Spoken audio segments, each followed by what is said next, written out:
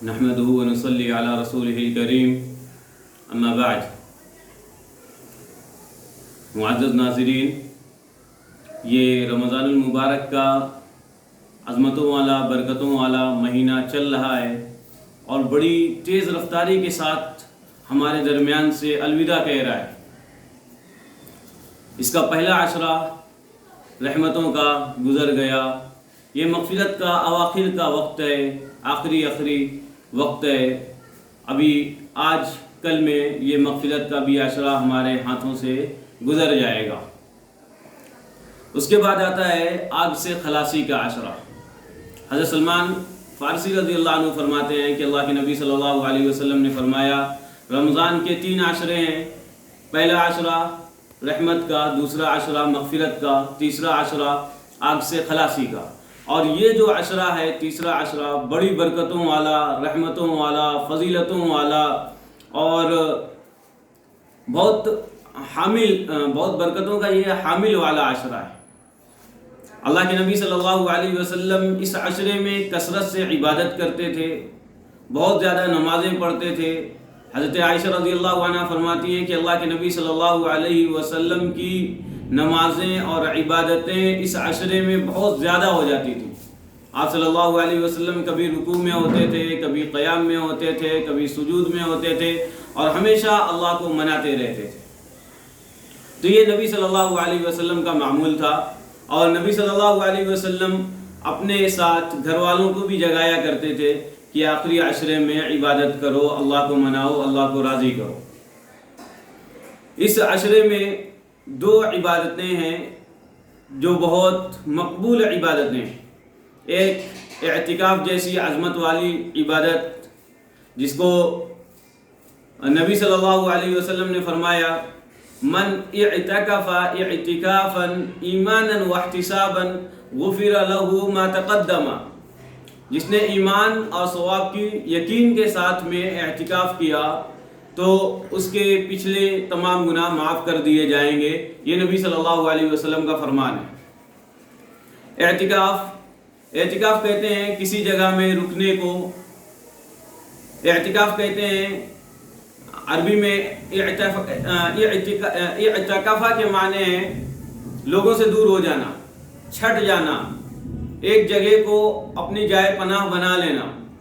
تو اعتکاف میں کیا ہوتا ہے، لوگ اپنے گھروں سے نکل کر مسجد میں آ کر اعتکاف کرتے ہیں، اور یہ اعتکاف سنت مؤکدہ علی الکفایہ ہے۔ مسجد میں آ کے گھر سے دور ہو کے، بچوں سے دور ہو کے، بیوی سے دور ہو کے، اپنے کاروبار سے دور ہو کے، دنیا کی تمام چیزوں سے دور ہو کے، سب سے الگ تھلگ ہو کے مسجد میں آ کے بیٹھ جانا ہے، اللہ سے لو لگانا ہے، اللہ کو یاد کرنا ہے، ذکر کرنا ہے، قرآن پڑھنا ہے، اللہ سے دعائیں مانگنا ہے، اپنی حاجتوں کو گنانا ہے اور اللہ تعالیٰ کو راضی کرنا ہے۔ یہ اعتکاف ہے جو 20ویں رمضان سے شروع ہو کے جب تک رمضان کا مہینہ ختم نہ ہو جائے، جب تک شوال کا چاند نہ نکل آئے، تب تک یہ اعتکاف ہوتا ہے، مطلب 10 دن کا مکمل ہوتا ہے۔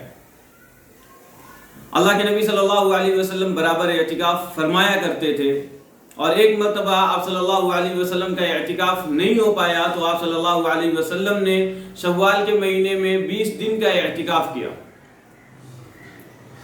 اور عورتوں کو ہے کہ وہ اپنے گھروں میں اعتکاف کریں، کسی کمرے کو، کسی روم کو اپنے لیے متعین کر لیں عبادت کے لیے، اللہ کو راضی کرنے کے لیے، اللہ سے دعائیں کرنے کے لیے، اللہ سے مانگنے کے لیے، اور اس روم سے باہر نہ نکلیں، اسی روم کو اعتکاف کی جگہ بنا لیں، اعتکاف گاہ بنا لیں۔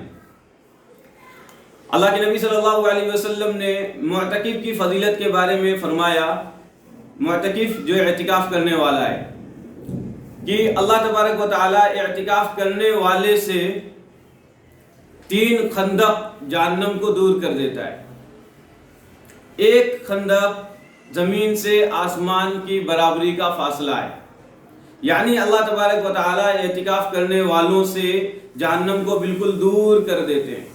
اور ہم میں سے کون ہے جو اس بات کی ڈیرنگ کرے، جو اس بات پہ آگے بڑھے کہ میں جہنم میں جاؤں گا؟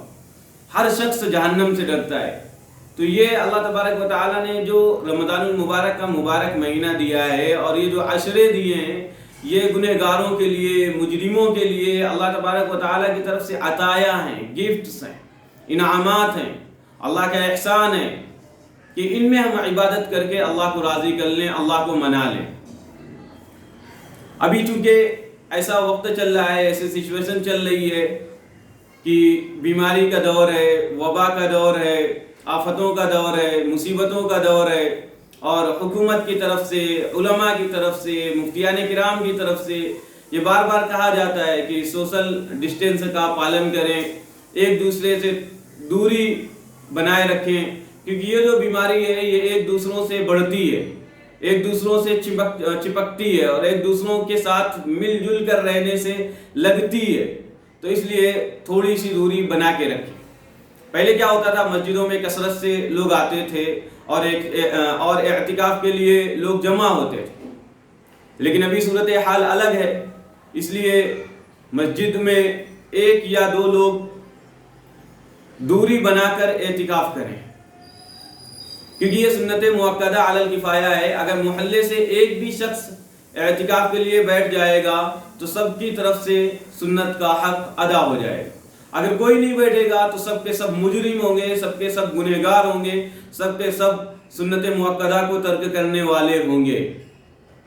اللہ کے نبی صلی اللہ علیہ وسلم مسلسل اعتکاف کرتے تھے، اس لیے ہمیں سے چاہیے کہ ہم محلے کی مسجد میں بات کریں کہ کون بیٹھ رہا ہے۔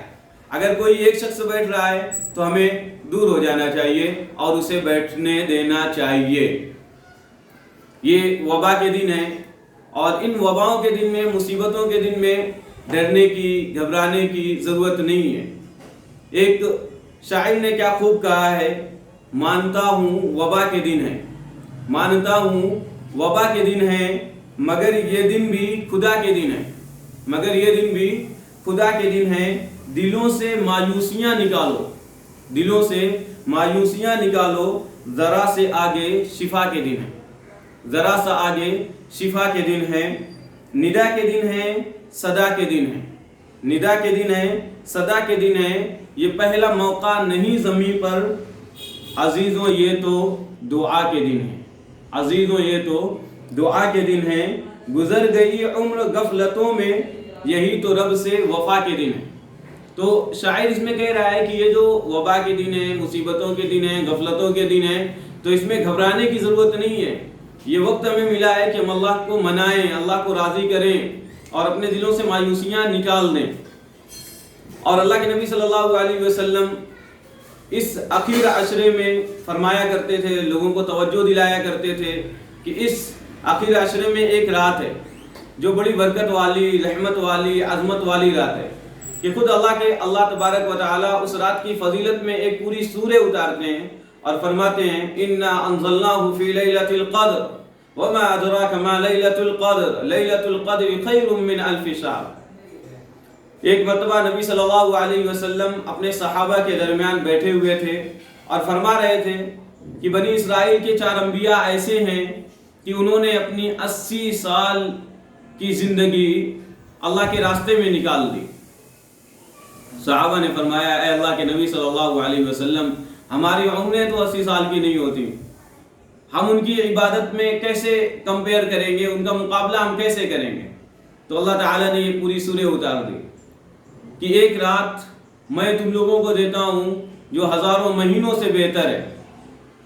اگر اس رات کو پالو گے، اگر اس رات میں عبادت کر لو گے تو ہزاروں مہینوں کی عبادتوں کے برابر تمہیں نیکیاں ملیں گی، تمہیں اجر ملے گا، تمہیں ثواب ملے گا۔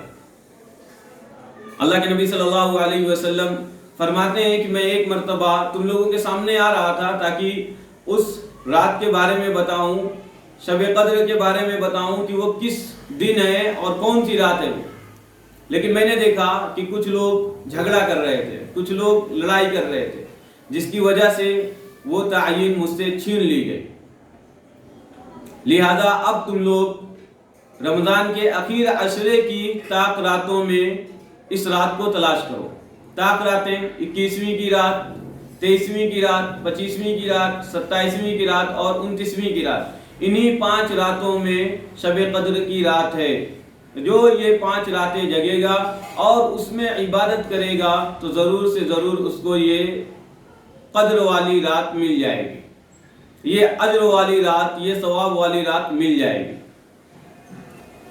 تو اللہ کے نبی صلی اللہ علیہ وسلم نے فرمایا کہ اس رات میں اللہ سے لو لگایا جائے، دعائیں کی جائیں، ندائیں لگائی جائیں، قرآن پڑھا جائے اور عبادتیں کی جائیں۔ حضرت عائشہ رضی اللہ عنہ فرماتی ہیں اللہ کے نبی صلی اللہ علیہ وسلم سے، اے اللہ کے نبی، اگر یہ رات ہمیں مل جائے تو ہمیں کیا کرنا چاہیے؟ کون سا وظیفہ پڑھنا چاہیے؟ کون سی دعا کرنی چاہیے؟ تو اللہ کے نبی نے فرمایا آپ یہ پڑھیں، اللہم انک عفو تحب العفو فاعف عنی۔ تو ہمیں بھی چاہیے کہ یہ دعا ہم کثرت سے پڑھیں، اور اس رات میں جب ہم رات جاگنے کی کوشش کریں تو اپنے پاس سے موبائل کو دور کر دیں، کیونکہ یہ فتنہ ہے۔ جب ہمارے ہاتھ میں یہ موبائل ہوگا تو پھر ہم رات جگیں گے لیکن عبادتوں سے دور ہو کر۔ آج ہم دیکھتے ہیں کہ کتنے لوگ پوری رات جاگتے ہیں، موبائل میں بزی رہتے ہیں، موبائل میں مشغول رہتے ہیں۔ تو یہ لیلۃ القدر کی رات بھی ہماری موبائل کے ساتھ نہ گزر جائے، اس لیے ہم اس فتنے کو پہلے ہی دور کر دیں اور پھر عبادت کریں۔ کچھ وقت قرآن پڑھیں، قرآن کو سمجھیں، کچھ وقت ذکر اذکار کریں، کچھ وقت نفل کی نمازیں پڑھیں، پھر بعد میں تہجد پڑھیں، پھر سحر کریں۔ تو یہ کتنی مبارک والی رات ہوگی ہمارے لیے۔ اللہ تبارک و تعالیٰ سے دعا ہے کہ اللہ تبارک و تعالیٰ اس رات کی برکتیں، رحمتیں ہم سب کو نوازے۔ اس کے ساتھ میں یہ ضروری ہے کہ ہم لیلۃ القدر کی تلاش کریں، اس رات کو تلاش کریں، ڈھونڈیں اور اس میں دعائیں کریں، اپنے لیے، اپنے گھر والوں کے لیے، اپنے محلے کے لیے، اپنے شہر کے لیے، اپنے صوبے کے لیے، اپنے ملک کے لیے۔ کیونکہ آج جو کچھ بھی ملک میں چل رہا ہے، جو بھی اپنی کنٹری میں چل رہی ہے، یہ بربادی کی طرف جا رہا ہے، ہلاکت کی طرف جا رہا ہے۔ ہر آدمی پریشان ہے، مجبور ہے۔ تو ہم اللہ سے دعا کریں کہ اللہ تبارک و تعالی ہمارے اس ملک کو ترقی دے، اور اس ملک میں بسنے والے اور ساری دنیا میں بسنے والے سب کو اللہ تبارک و تعالی جہنم سے دور کریں اور سب کو ہدایت دیں۔ ہم سب کے لیے دعا کریں، شرابیوں کے لیے دعا کریں، چوری کرنے والوں کے لیے دعا کریں، مشرکوں کے لیے دعا کریں، کافروں کے لیے دعا کریں، دشمنی رکھنے والوں کے لیے دعا کریں، سب کے لیے دعا کریں۔ کیونکہ ہماری جو دعا ہو وہ ان کی ہدایت کے لیے دعا ہو، کہ اللہ تبارک و تعالیٰ شرابیوں سے شراب کو چھڑا دے، زانیوں سے زنا کو چھڑا دے، نفرت کرنے والوں کے نفرت کو دور کر دے، انہیں ہدایت دے دے، مشرکوں سے شرک کو دور کر دے، کافروں سے کفر کو دور کر دے۔ اور ہمیشہ ہمیں عمل سے نفرت ہونا چاہیے، عمل کرنے والے سے نفرت نہیں ہونا چاہیے۔ اگر ہمارے ہاتھ میں یا پیر میں کبھی کوئی نجاست لگ جاتی ہے، کوئی بری چیز لگ جاتی ہے تو اس کو ہم دور کرتے ہیں، اپنا ہاتھ اور پیر نہیں کاٹتے۔ اس لیے مشرک سے ہم نفرت نہ کریں بلکہ اس کے شرک سے نفرت کریں، شرابی سے نفرت نہ کریں بلکہ اس کی شراب کی لت سے نفرت کریں، اور اللہ تعالیٰ سے دعا کریں کہ اللہ تبارک و تعالیٰ ساری دنیا کے لوگوں کو جنت کا راستہ دکھا دے، سب کو ہدایت دے دے۔ اور یہ ہماری اور آپ کی ذمہ داری ہے کہ جب ہم بیٹھیں لیلۃ القدر میں اور عبادتوں میں تو اپنے دلوں کو صاف کریں، بغض سے، دشمنی سے، نفرت سے، عداوت سے، ہر چیز سے کلین کریں اپنے دل کو۔ اس کے بعد اللہ کے سامنے ہاتھوں کو اٹھائیں، اللہ سے دعا کریں۔ اللہ ہر ایک لینگویج کو جانتا ہے، سمجھتا ہے، ساری زبان کو سمجھتا ہے۔ یہ ضروری نہیں ہے جو ہمارے درمیان میں چل چکا ہے، ربنا آتنا، اللہم اغفر لنا ذنوبنا، یہ تو ایک رسمن دعا مانگنے لگے ہیں۔ ہمیں اس کا مفہوم معلوم ہونا چاہیے، اس کا ترجمہ معلوم ہونا چاہیے کہ ہم اللہ تعالیٰ سے کیا مانگ رہے ہیں۔ کہ جب ہم راتوں میں مانگیں یا کبھی بھی اللہ سے دعائیں کریں تو ضروری نہیں ہے کہ صرف ہم عربی زبان میں دعائیں کریں، جو زبان ہمیں آتی ہے اس زبان سے ہم اللہ کو یاد کریں، اللہ سے مانگیں۔ اگر مانگنا بھی نہیں آتا تو اللہ کے سامنے روئیں۔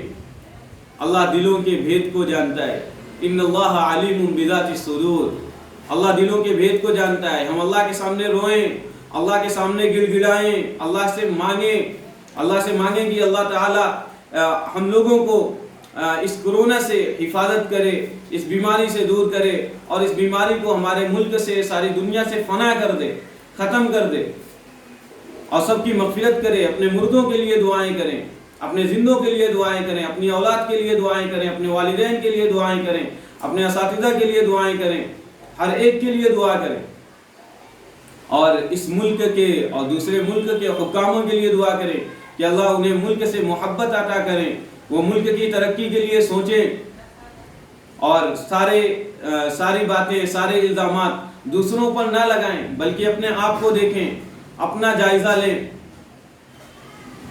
دل کے ففولے جل اٹھے سینے کے داغ سے، اس گھر کو آگ لگ گئی گھر کے چراغ سے، تو ادھر ادھر کی نہ بات کر، یہ بتا کہ قافلہ کیوں لٹا، مجھے رہزنوں سے گلا نہیں، تیری رہبری کا سوال ہے۔ آج کل جب ہم بات کرتے ہیں تو ہر شخص کسی دوسرے کی طرف الزام لگاتا ہے۔